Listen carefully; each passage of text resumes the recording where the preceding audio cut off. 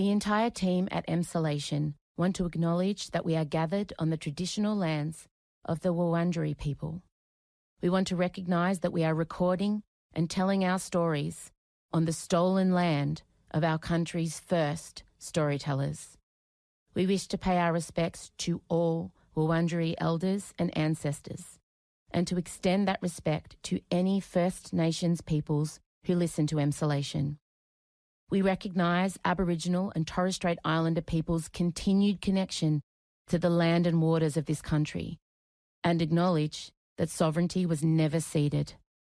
Always was, always will be. Russiano. I don't understand why a lot of men pose with dead animals in dating profile shots, and yet here we are. And Michael Lucas. Next time someone goes, I'm just not sure what's happening here, I'm just going to go, nobody does! This is Emsolation. Petty the musical. Oh, Petty the musical. Slut the musical. Slut the musical. I don't think that's not that flaw. That's right. No, you're right. Sex positive. You're in Emsolation. Okay, are we ready? I'm clacking. And action. Oh, that is so satisfying. You love it, don't you? I really love it. The old clacker. You should bring it into your personal life. You should just have it at the ready. Go, Scott. No, do you remember when I first started stand-up, I used to have the Segway fan? Oh, yeah. That was my favourite thing, the Segway fan. Oh, well, you've just got it in audio form. Whoa. Ben, that's super loud in my ears. How do I fix that? Okay. I enjoyed it. I like it. Okay, great. Hey, welcome to Emsolation. My name is Em Russiano. I'm a writer, a singer, a stand-up comedian, a maximalist power queen, a neurodivergent magic brain, and a podcaster. And together with my best friend since I was 11, actor award-winning screenwriter, Mr. Michael Lucas. Hello. Logie and Augie award-winning, I should point out. That's true. Woohoo! I bring you this podcast every week. Look, we are still coming down from last week's extreme pop culture injection. We are. Thank God that it has evened out a little bit. And we get time to reflect. We've had so much time to reflect. And we've even had time for Taylor Swift to grace our cap city with her presence. Although neither of us were there. Unusually for us, a monolithic pop cultural phenomenon takes over the city and we sit it out. Yeah. We did sit it out. I very deliberately sat it out. Yeah. Because I knew I wouldn't be able to do the screaming. I knew there would be sensory issues. Yeah. I also knew that there would be toilet issues. Yeah. You called them. But it seems like it depended on where you were in the ground. I got a lot of reporting about the toilet situation. Some people, no trouble at all. Some people, no trouble at all. Yeah. Other people, severe trouble. Well, let's get straight into the Taylor discussion because we've been having quite a few juicy arguments. Not arguments, discussions. No. I'm so nervous talking about this because it's Taylor Swift. Yeah. I came across a lot of, I'm going to call them joy killers over the weekend. And it was just a lot of... Not putting any spin on it, but they're joy killers. Joy killers. I just want to point out that there are a lot of people getting around town saying things like, I don't get it. Well, who cares? And to them I say, you don't need to get it. I don't understand why a lot of men pose with dead animals in dating profile shots, and yet here we are. There's just a lot of things that go on in the world that we do not need to understand, and you are not the target demographic for Taylor Swift. So the fact that you don't get it and are not engaged with it doesn't automatically make it wrong. I also really enjoyed the mother-daughter bonding. It finally got me. My feed was flooded with friends of mine going with their daughters, people I knew, and they were genuinely connected. Shiny eyes, shiny outfits, singing. And I drove through it at one point. Oh. We finished on last Friday. We finished at about 6:30 or something, and I was there at peak time when they were all flowing in. And what I really appreciated was every single one of them was dressed up. Yes. There was no one that just thought, "Oh, I'll just rock up in some jeans and a t-shirt." There were the sparkles. There were snakes wrapped around people. There were, oh God, it was good. And months of lead up joy, the anticipation, the going and finding of the outfits, the trying them on, the guessing the set lists, the planning of the accommodation and the meals. And all of that stuff has just led to months and months of joy and anticipation for people in times that are pretty shitty otherwise. So my issue with everybody deciding that it's cool to shit on Taylor and the joy she brings really got me. I was quite pissed off at it. And I started jumping on people who were saying these things like, I don't get it. And the other thing I want to point out is this is not unprecedented. This is not the Beatles, the Rolling Stones, Elvis. If social media had been around then, we would have experienced the same kind of wall-to-wall hysteria coverage everywhere. But also, Ed Sheeran has sold out the MCG plenty of times. A Collingwood home game sells out the MCG. And I just feel like it's because she's a woman that we're all feeling a little bit uncomfortable about how big she's getting in her boots. I don't know that we all are, and I don't know that it's everyone. When I look at my feed, it's still 90% people just absolutely loving the experience. Absolutely, but No, but I'm more talking about, when we get the snarky op-eds or we get into the discussions, I often, I really challenge people and say, did you think the same thing about Ed? How do you feel about the AFL Grand Final? I just think it's... No, I think it's fair enough to say that she's being held, there's more scrutiny on her because she's a woman for sure. What?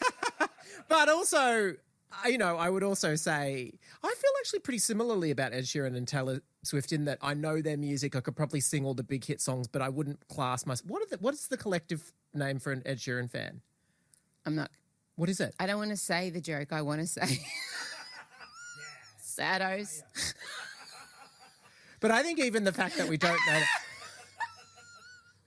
Bitch, I said what I said. I've met Ed Sheeran. Lovely man. Lovely man. Huge, gorgeous. Such a kind man. But wasn't it like I was sort of only years old. peripherally... Cheerios. What? Cheerios, apparently. Cheerios. Kind of like the bland Okay, cereal. look. But I think the fact that, I guess I would I just just want say... to take this moment to apologise to all Ed Sheeran fans. I don't think you're saddos. No. I don't. I don't. And after that bit of ass covering... The sound effects are too loud in my ears, Ben. I'm going to have some kind of seizure. Is it maybe here? Wait. Let me try. Hi, gang. Oh, that's better. Yes. For me, when he was in the country, absolutely he was selling out stadiums, but he wasn't overtaking the culture in the way that I've experienced this time. And also, he did sell out the stadiums, but in Taylor's case, almost 1/5 of the entire population of Australia tried to get tickets for this show. So she sold out the 3 nights, but she could have sold it out 7 more times if she wanted to. So she does, to me, feel like she's hit another level again. And also, I couldn't tell you one person that Ed Sheeran's dated, whereas I could, even though I'm not obsessed about her, I could tell you everything about Taylor Swift, which is probably also misogyny. Well, he's dated Taylor Swift. Really? Apparently. Oh, I didn't know that. James, can you confirm? I saw a tight jaw there on a Swiftie. It was, no. Was it speculated? Yeah. Most of my knowledge, I believe Ed Sheeran did fancy Taylor and tried to make a move, but I feel like Taylor didn't follow through. Yeah. Right. There was definitely romance She rumors just around said, them. you need to calm down. Well, you know that. Good. You know There's that, no button there's no for button that. for shit joke. You know that Ed Sheeran wrote a scathing song about Ellie Goulding. Really? Yeah. You know the song, what's the song? Oh God. This is sassy Ed Sheeran. No, I'm gonna have to look it up. It's a really big famous hit. And it's like, do we have it, James? Oh God. Wait. Ed Sheeran song, Ellie Goulding. Don't. Oh, that's right. How does that go again? How does don't? Oh my God. Here we go. Wait. Oh, shut up. Ugh.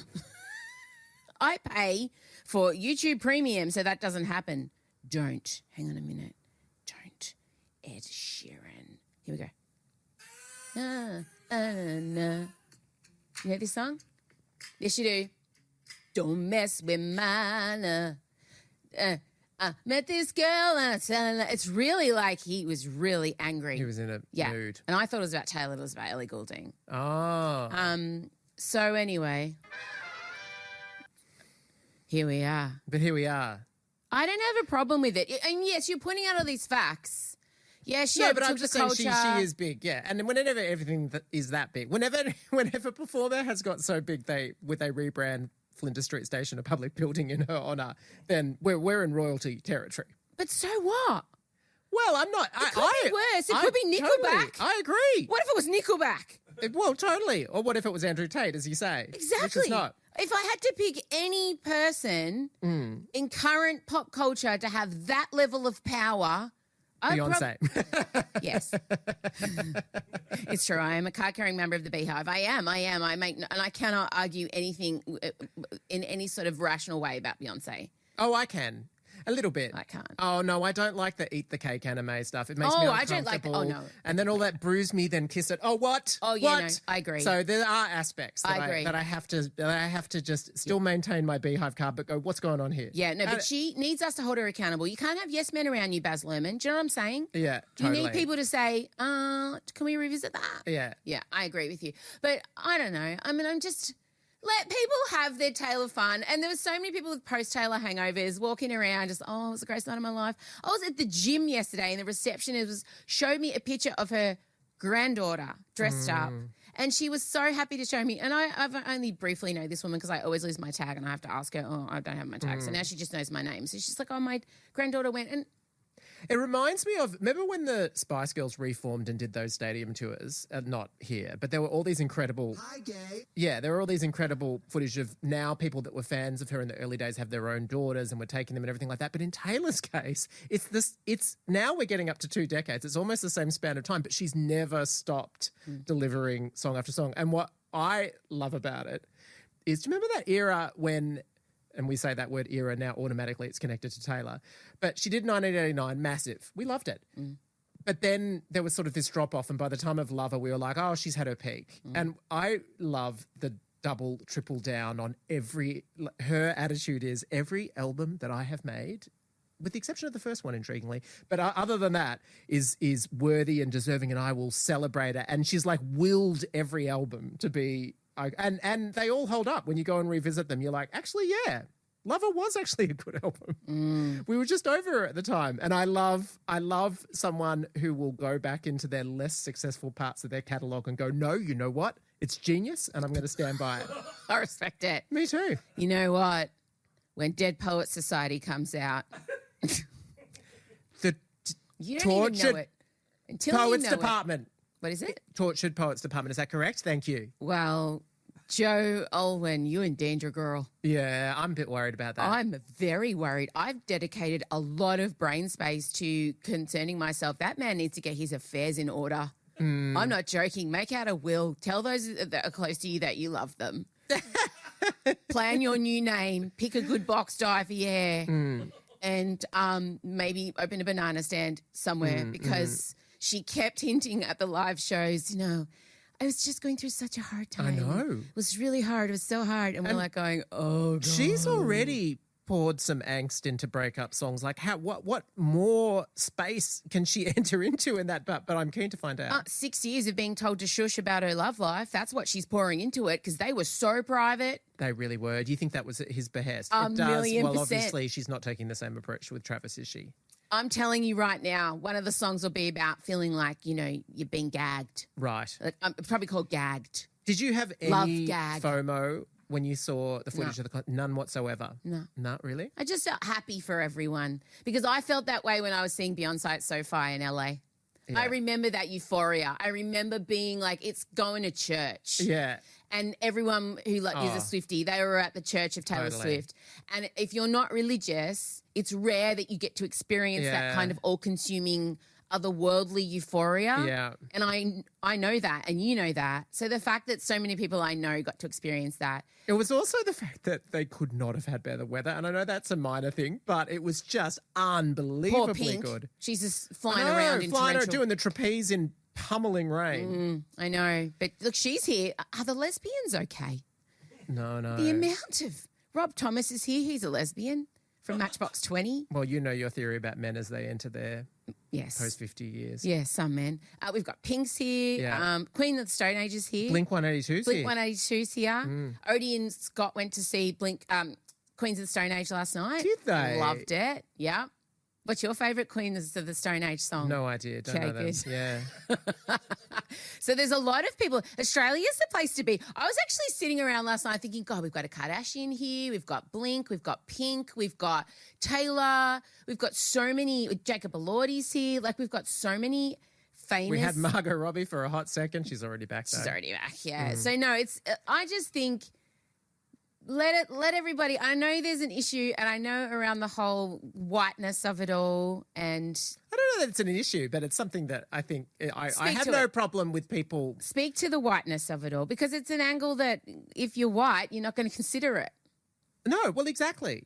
Yeah, no, well, just that she's a country music artist originally, which, although Beyonce is challenging this theory, is perceived as a very sort of white genre. And we are now such Swifties in Australia that we've become pretty much per capita like her biggest market. Like, we are obsessed. And does it say anything about us with our fairly white-centric culture that this very pretty white woman Dominates us. Dominates us. Like, I certainly think I could definitely imagine feeling outside of that. And Yeah, if you were a person of colour, I can definitely imagine feeling outside of it. And also looking in and thinking, you've all lost your fucking damn minds. But equally, I mean, you could say the same. Why aren't we saying the same thing about Harry Styles or Ed Sheeran. Ed Sheeran? Yeah, these are all things I agree with. I agree with it all, because do you know what? Two things can be true at the same time. Also, It's a wild concept for the internet. also the private jet stuff. Oh, leave her alone. Oh, no, I'm fine with it. I'm not. Well, but I agree. What do you I want saw... her getting on a fucking Jetstar at the Gold No, Coast? but it's the stuff like where she flies back for a dinner in New York and flies to London. But she doesn't. Sometimes she's not even on the plane. The problem with the tracking is the planes do maintenance flights to check mechanical issues. That gets tracked as a flight. Are you her lawyer? No, but I'm just saying, where is this kind of fucking... Sure, but all's fair in love in private jets. Apply this same scrutiny to all the dudes flying their jets everywhere, all the businessmen, all the one percenters, all the people that own the mining and the oil companies. Where's Yes, and there was where's a great... the outrage? Yeah, good point. Why is the intense fucking scrutiny only ever on women? This is my problem. There's lots of PJs flying around, not only Taylors. Who's PJ? Oh, private jet.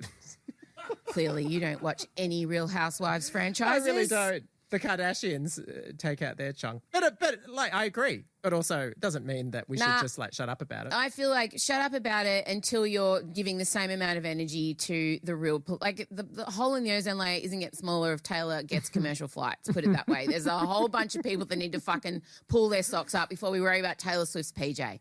I'm not even kidding. Move on. Where's the Chella's button? It's not there. Have we gotten rid of move on? Oh. That Replaced it with bitch. that's erasure. Oh, okay, that works too. Bitch, I said what I said.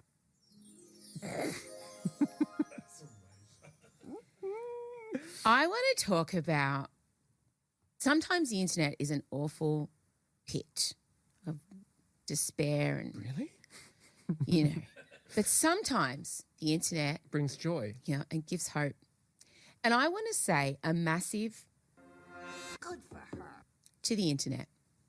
Yeah. Really? Yep. Because as we all heard, Mariah Carey Yeah. is guesting on, they've done a remix of Yes and. Yes.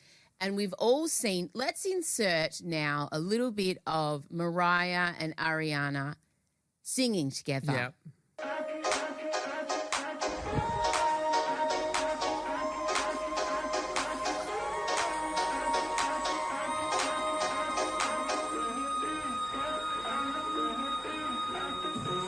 Now, as you'll hear, it was a whistle tone off.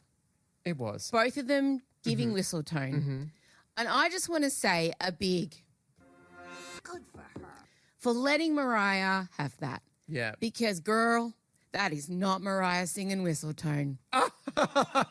Mariah Carey hasn't been able to do a whistle tone since the early 2000s. Really? That is, and also Good for her. that's Ariana. Oh. Ariana is in on this with the internet. And when I saw that and I saw people saying, oh, Mariah's doing whistle tone, I'm going, girl. But in the clip, Mariah actually does it. Like, I mean, not actually does it, but actually like mimes it. Like it's very Exactly. clearly attributed to her. But it's not her voice. So you think it's the ultimate act of generosity from Ariana? Yes. And the internet. Yeah.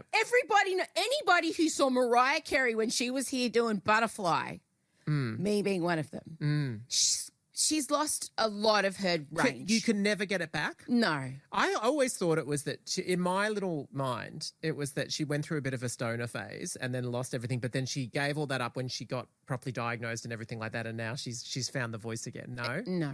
Okay. It's permanent damage. Oh. And whistle tone also, it's much easier if you're young. As you get older, your hormones change, your voice naturally deepens. Yeah. So you're not going to find many women past a certain age being able to achieve whistle tone. But Mariah has lost the ability to do intricate runs as well. And I study her. Like, I love Mariah's vocals. But I'll tell you right now, that is not her doing a whistle tone. I would put all my money. life. Oh my God. But I was just reading everything going, fucking great. Yeah. It's so I'm the first bitch to point it out. And I do so with love. Right. Because Mariah putting her hand in her ear while her hair's blown both with a leaf blower. Yeah. And Ariana just being like, oh my God, she's so good. I'm like, girl. Yeah. But it is so amazing. It's the deference that we need for a queen. It's sisterhood. Yeah. And also Ariana was walking around wearing Mariah merch. It was just... And one day Ariana will be that diva that can no longer hit the whistle tone, and who knows what person or robot will have to step in, but may they do it with such generosity and grace. I think this should be studied. I think in terms of international relations and how we go about resolving conflict, I think that this is a prime example of the Mariah whistle tone effect. I also don't think Ariana will ever lose whistle tone because she's a teensy-tiny person. Do you know early on I got this, like it was actually career advice, but because, you know, obviously I work in an environment where you've got a bazillion relationships to manage. And the secret, as it was told to me, was you just have to be a little bit more generous than you think is fair. And clearly in that situation, it's not particularly fair if she couldn't sing it and Ariana can, but Ariana has just been a little bit more generous than what anyone would say is fair, and it's led to this beautiful moment. Wow. I am absolutely incapable of being a little bit more generous than I think I should be. I do not possess... I often am too. I do not possess that area of my brain to... Do you do that with me? Are you ever more generous than you think you should be with me? Whoa, this guy. I mean, I can't. You're the only person I am more generous than I should be with. Like that teacup stuff went on for weeks. I was so generous. I was fuck it. They should study me in international relations. The way I secretly took the Rossiano photos. principle, be like the Streisand effect. You're probably I never brought it up until you brought it up on the podcast. I waited to the exact right moment where it actually benefited us content-wise. What generosity. Correct. Do you do that? What? Are you more generous with me than you think is fair? No, not all the time. Sometimes.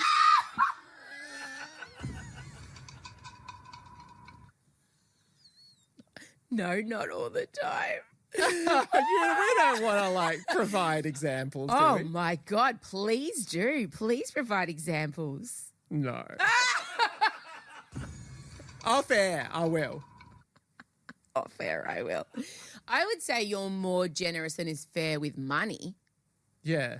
Yeah. I'd say our last trip to the US, you were more generous than is fair financially. I would say you have a few people in your life. Okay, we're going to stop now. Let's stop. It's not, no, but always, obviously, you're just immensely conscious of your own position and things and your own reaction and things, and you're your own advocate. And so you feel the blows against you, like, intensely. And or another thing of it is, like, in the moment, be more generous and then sleep on it, reflect on it, then come back tomorrow and then see whether the searing thing of this isn't fair has subsided, because often it really does. You always tell me to do that. You always say, just Step wait. away. Just Put wait. it down. Wait. Yeah. Don't respond. Send it to me. Send it to me first. Send it to me. Yes. I do think that would be good. I'd like to be your... You are. Yeah. You literally stop. No, but sometimes it's good that you let rip. It is. Sometimes. Oh, I let rip. We'll be talking about that. Before we talk about that, though, we were able to experience J-Lo together. We were. Finally, on Saturday night. Yes, imagine. I've been having serious problems with my internet, and I actually do think it's related to the Taylor Swift concert. I really do. Yeah. But finally, on Sunday night, actually, we got like we managed to watch it uninterrupted. All, 55 minutes? 67. 67 minutes of it. And even with all the build-up, it really was as wild as you Really? 'Cause described. I feel like you didn't, like, you were very subdued while you were watching it because I, of course, was obsessively watching you watch it.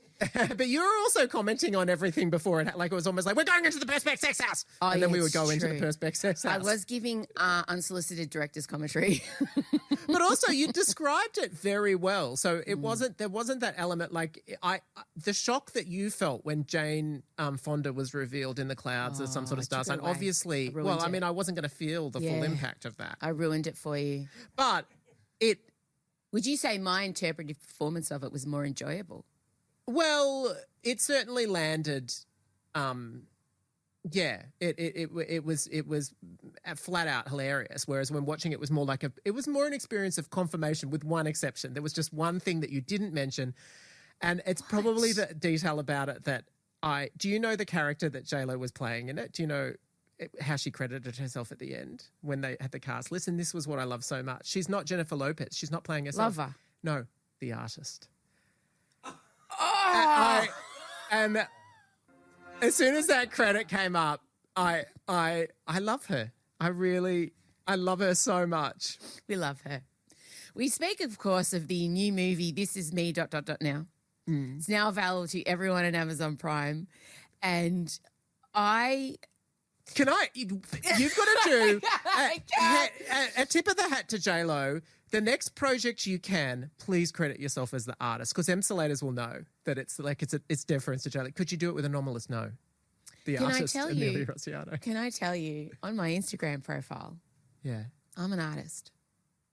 I'm not a comedian. I'm not a performer. Oh. I'm not a community. If you go to my Instagram profile, I've checked it. it does say artist. He's looking. I am. Artist. It was already there. You're so in tune with her. I am her. You are her. Wow, it's still sitting at 75% on Rotten Tomatoes. The whole thing, I cannot believe it.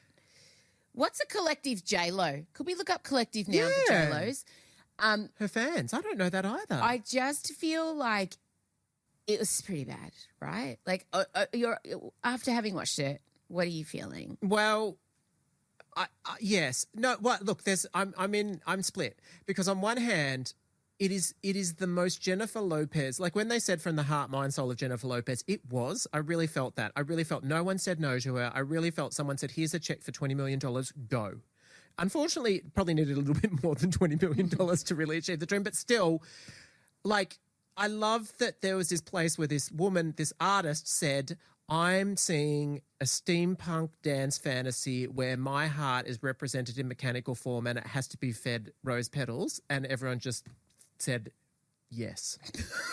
At no point did anyone say... Exactly. I think Amazon is a worrying corporation, but if they're going to use part of their funds, just give someone like Jennifer Lopez that resources to make her wildest dreams a physical reality or a digital reality. I have to appreciate that. But it was hard not to think of Beyonce. And at one point you said, can you imagine Beyonce watching this? Because you know she will. And then... I thought so much about her sitting down with Jay and pressing play. And just because she's famous for her faces, she's famous for, like, emoting a lot with just one little eyebrow. Yeah. And I imagine her just looking at Jay at some of the scenes and just being like, what? Okay. That was a lot of joy in that for me.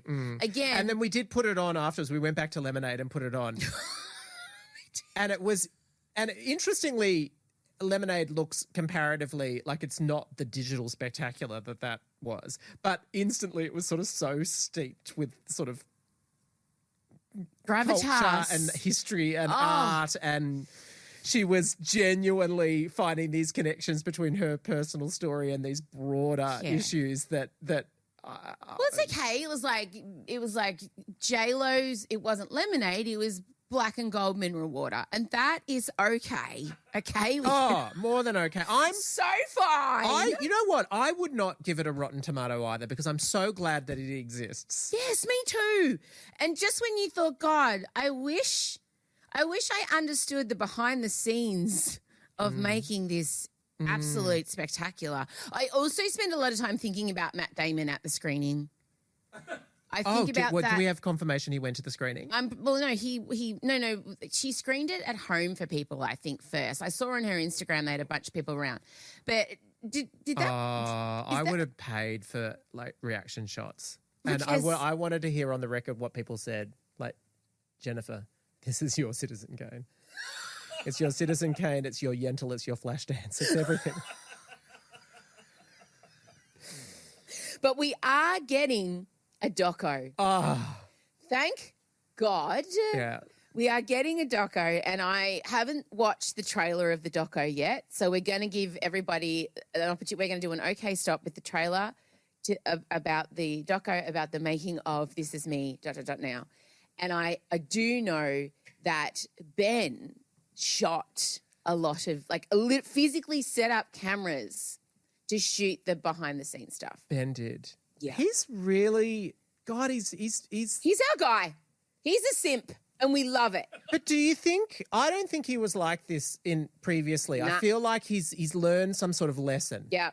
Someone said to him, you have got a second chance. You fucking grab on with both hands. And you be grateful. You worship. Yes. That's, you can't afford to lose another brilliant Jennifer. Exactly.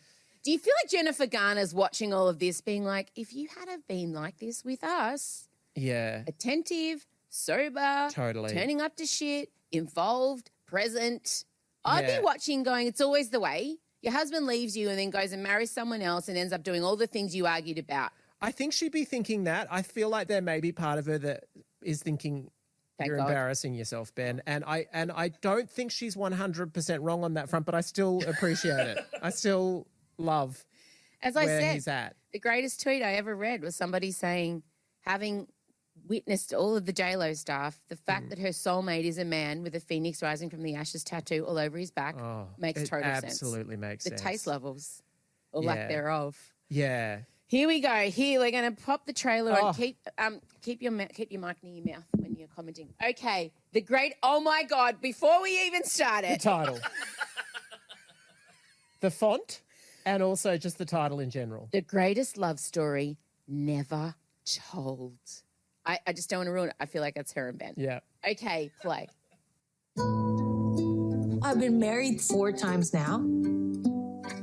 I used to be terrified to be alone. I didn't know what else to do by myself.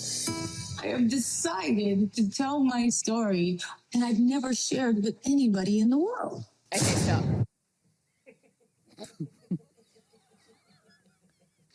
So, first of all, fresh face, love it. No makeup, looking stunning. Yeah. I've decided to share my story that I've never told anyone ever. And the only way to share it is in a wild musical steampunk fantasia. Like, honestly, she could have just done an interview. So is she saying that the hummingbird is a real thing in her life? Because the CGI hummingbird features very heavily. It does. And when she's saying, like, is she saying that it feels like this wasn't autobiographical, this story? This was autobiographical. Did you not see it that way? Metaphorical, yes. She lent into symbolism, yes. So did Shakespeare, all right? Actually, he was never really telling his personal story that we know of. But, like, when somebody says, I'm going to tell my true story, I just don't think. Yeah, I think Brittany, like, doing her book. Yeah. Okay, play. I loved you so much that messed me up. I'm sure people watching from the outside were like, okay. I just with that lyric, I loved you so much. That messed me up. I mean, not since Lennon McCartney. That's right. Also sitting there stretching. Yeah. Looking amazing, like getting her body limber. Also, she is keeping pace with dancers that are 25 years her junior, more 30 years her junior in some cases, and unbelievable. I agree. And play. What is this girl's problem? What I portrayed to the world was, oh, this didn't work out and it's fine and I'm good and they're good and all of that. I agree with that because oftentimes I'd hear she's left a relationship and Sorry. What? I was just about to say, if the question is what is this girl's problem, I do think she has answered it, but I don't think she's answered it in the way that she thinks that she's answered it. I also think she has a real perception problem. I don't think, a la Gwyneth, I don't think she understands how she's perceived. Nobody looks at J-Lo and says, what's this girl's problem? And also... Nobody looks at J-Lo and thinks, this is a victim of a no one. Look, I know the narrative is very underdog. Is a fucking Anzac. At this point, she can't be underdog. And also, you can't be... It's hard to connect with your angst and trauma if you're in this enormous room with like branded... Is it like a leather? Yeah, monogrammed carpet and in a massive, massive mansion. Yeah. It's a unique perspective. We are our own harshest critics. That's right. As we also. It feels a perspective shaped by 25 years of unbelievable wealth. But continue. And abs. Yeah. At 55 after having twins. That's right. Yeah. She's gone through it. It's kind of bullshit. It's a 20-year project and it became a big... What? Yeah, because she released the first one, This Is Me, then. That was about Ben. Yeah. And then, so I think she's looking at it as this is the sequel or the answer to that. So in that sense, it's 20 years. I hope she didn't mean she was like working on it for 20 years. That would be a very I think it was cooking in her subconscious for that long. And play. Hard musical experience. This Is Me Now is about facing the truth of who you really are. You look amazing. When she's saying facing the truth of who you really are, she's saying, I am somebody who loves fucking love. Like she's proclaiming this as out of this insane idea that no one else out there in the world is in love with love. Like this is what it feels like. I'm having to face the fact that I just love too much. Incurable romantic. There is so much love in my heart. That is my fault. It's like when you go for a job interview and they ask you what are the things that you need to improve on. And you say, if anything, I'm a perfectionist. Well, isn't she trying to say that she's sort of pathologically has problems with being alone? I think that's what she's trying to say, isn't it? Like that her problem, her flaw is that she has to be in love. Yeah. I know what they say about me. I love too much. That's what she's fucking saying her fault is. Look. It's truly the interviewee saying my only fault is that I'm a perfectionist. And I want everything to be exactly right. My fault is I'm too good at my job, really. My fault that I'm going to reveal to you all on this 20-year project is that I have a really big heart. Oh, thank God I got that out there. It's been burning me. And play. You know, I look like a psychiatrist. Okay, stop. No, you don't. Fat Joe as the psychiatrist. Dr. Fat, if that's what we're calling him. Dr. Fat seems to be the most bored human on the... Have you ever seen a person more bored? Yeah, he did phone in his performance. It's true. He'd sit down and he'd be like, what's wrong? Like, that was it. There was no tell me. And you know that someone's checked out when someone says, I had a dream, and the therapist says, tell me all about it. Sorry, what, cunt? What did you say? Yeah. Tell me all about your dream. And play. And says to me, why are you so stressed lately? I said, I'm not just... Putting the camera up. Yeah. He's physically enabling her dreams, and that is why we love him. We love him. We stand him. We do. He's our favourite husband. Is that her mother there? That's her mum. Yeah. I said I'm not just financing. Okay, wait. Okay, but so Ben has just said, why are you so stressed? Yeah, okay. Sing it, I'm writing it, dancing in it, singing in it. Oh, God.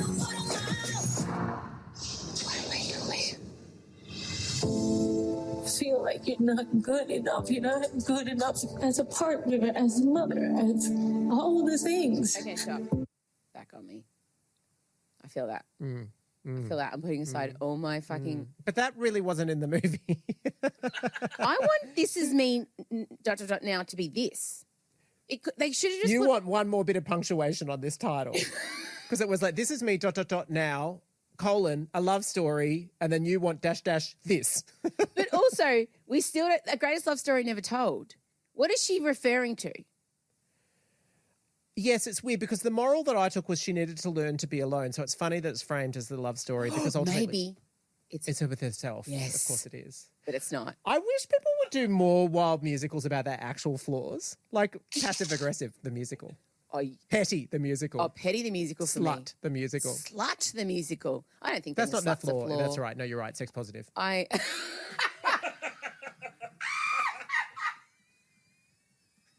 Petty the musical I'd live for. Correction. No, you're right. Sex positive. We genuinely both wish we'd been more sluts than God, I we wish were. I We was a really slut. had it. If we could go back and give one bit of advice to our younger self. If I say one thing to my children, I say, be kind, don't be a dickhead, and go through Get a out slut there. era. Yeah. And play. It takes courage to share your truths. Okay, stop. She certainly found that courage. Just want to point out, she says it takes courage to share the truth that she Loves too much. Wow. She does. Oh, Jesus, that is brave. And play.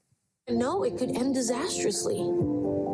Nobody figures out anything when everything's all hunky-dory and rosy. You figure shit out when shit is hard.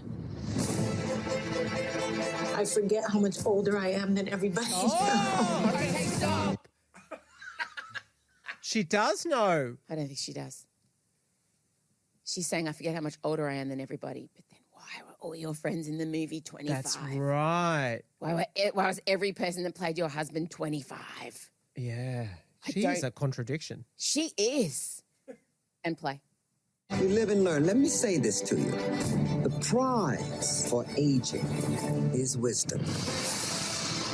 Her truth. I don't know. I don't understand it. I just, nobody does. And stop. Nobody does understand it. No. Nobody. No, that's right. I still don't. I've watched it twice now and I think about it. It's become my Roman Empire. I'm going to try this on the newsreader set. Next time someone goes, I'm just not sure what's happening here, I'm just going to go, nobody does, with power, and see what happens. Don't question it. And play.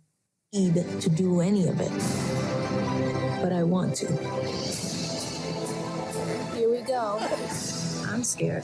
You don't look like it, though. In her words. I don't act like I'm scared, but that's the secret to my whole career. The greatest love story never told. With the hummingbird, did you notice? Of course. Feb 27. I think we're going to like that better. I think so too. Yeah, I do. I genuinely do. So I want to tell you about an interview I saw. Yeah. Where she was talking about how the greatest love story never told was her and Ben. Yeah. And how when they first got together 20 years ago, he's a writer. He's Academy Award winning writer. So he would write me these beautiful letters. And he wrote her an email almost every day.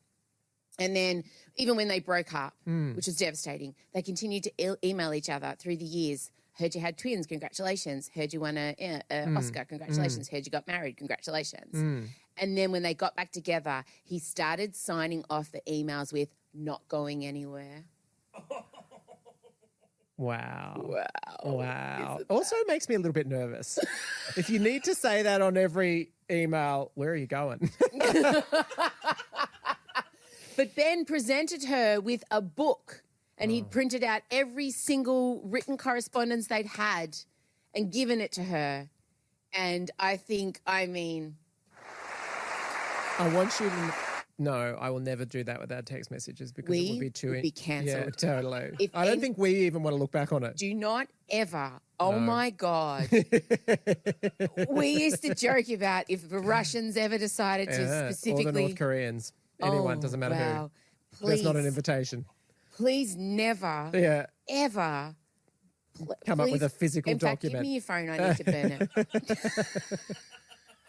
I just want to say we have gotten much better in terms of... We have. If we really want to be foul, it's a voice note. True. That I make sure you delete. Well, you send them so they can listen to them once. Oh yeah, that's it's like some sort of Get Smart situation. It is. Or Mission Impossible. What do I mean? Get smart. This thing will explode upon reading. Oh no, you're the person I'm foulest with. I'm just Chella. Actually, you and Chella probably get the word. I'm foul. Yeah. And those things should never see the light of day. They won't. And on that note. Good luck, hackers. Oh, God, don't! Not an invitation. All right, that's it. We're going to head to the sealed section now. So if you're not a subscriber, see you next week. But coming up in the sealed section, I need to discuss my perimenopausal breakdown online yesterday. I went to the doctors with a shopping list. And we need to talk about this because the video has gone everywhere. But I also just want to make you all aware of the hell I'm going through. I can't wait. Subscribe if you want to hear that. Otherwise, we'll check you. Yes, check you next week. Bye. Bye. To enjoy today's sealed section of Emsolation, upgrade your experience and join the Extra family with our premium service, Emsolation Extra. You get 2 bonus episodes direct to your favourite podcast app every week in an exclusive feed, as well as an Ask Me Anything where Em and Michael answer your questions. There's over 70 other episodes awaiting you already, plus you'll also get Instagram close friends access, ticket pre-sales, merch discounts, and heaps more. Help Em keep this independent neurodivergent business alive by supporting us for less than $2 a week on our yearly plan or less than $2.50 a week on our monthly plan. Just sign up at emsolation.supercast.com now. Emsolation is recorded at Down the Hill Studios, hosted by Em Rossiano with Michael Lucas. Executive produced by Benjamin Wasley, produced by Em Rossiano. Edited by Ezekiel Fenn and videos by James Henderson. Socials by Benjamin Wasley, Em Rossiano and Marcella Rossiano Barrow, with assistance from Jem Evans and Isabella Hines. Follow us on Instagram at Emsolation Podcast, where you'll find a link in our bio so you can sign up for our weekly newsletter, join other Emsolators at the Emsolation Group on Facebook, follow our YouTube and TikTok channels, and so much more. Help us out by sharing Emsolation with your friends, give us a 5-star rating, and make sure you're following us by hitting the follow button on your favourite podcast app. Thanks for listening and or watching this week's episode, and we can't wait to chat with you again soon. Hello, Emsolation Extra pals. Welcome to the sealed section for this week, where you're going to hear me talk about my menopauses. All right, I'm not okay, man. It's been really fucking bad. It's been brutal. I can't even begin to tell you. I think you're going to. We'll find a way for you to begin. I want to play for you. I kind of hit my point yesterday where I needed to outwardly express how I was feeling, as I often do, in the hope that other people see it and are like, I feel that way too. Because that has twofold effect. Makes me feel better that I'm not alone, makes them feel better they're not alone. We create a community of sweaty, angry, exhausted, tired people with ovaries.